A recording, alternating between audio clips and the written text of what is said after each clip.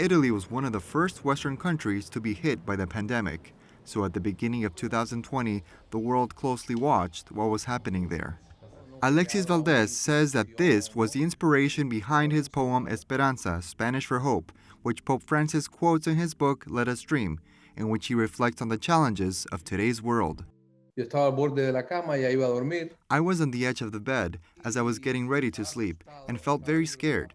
I was watching what was happening in Italy, especially in Milan.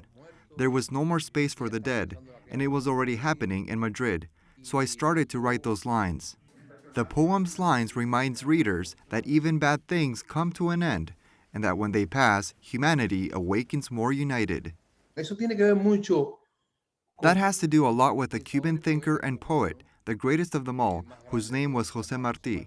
José Martí used to say, "Climbing mountains makes men into brothers." This line has been engraved in my head for life. The concept is that when people go through a great struggle, great suffering, a great challenge, it unites people. Pope Francis liked this poem so much that he decided to call Alexis personally.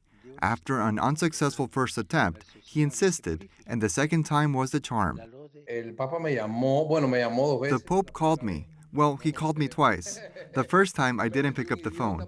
I felt like an idiot because I saw the message from the Pope's secretary telling me, "Mr. Alexis, we called you, but you didn't pick up the phone." I said, "Oh no, please." At first, I thought I'm an idiot, but then I thought, no, I'm the person who didn't pick up a phone call from the Pope. Alexis says he was struck by the humbleness in which the Pope addressed him and other details that surprised him during the conversation. Yo le conté al final, no I sé si told voy a him at the end, defraudar, pero "Well, yo I don't know if I'm going to disappoint you, but I'm not really a poet. I'm an actor, a comedian. I do comedy."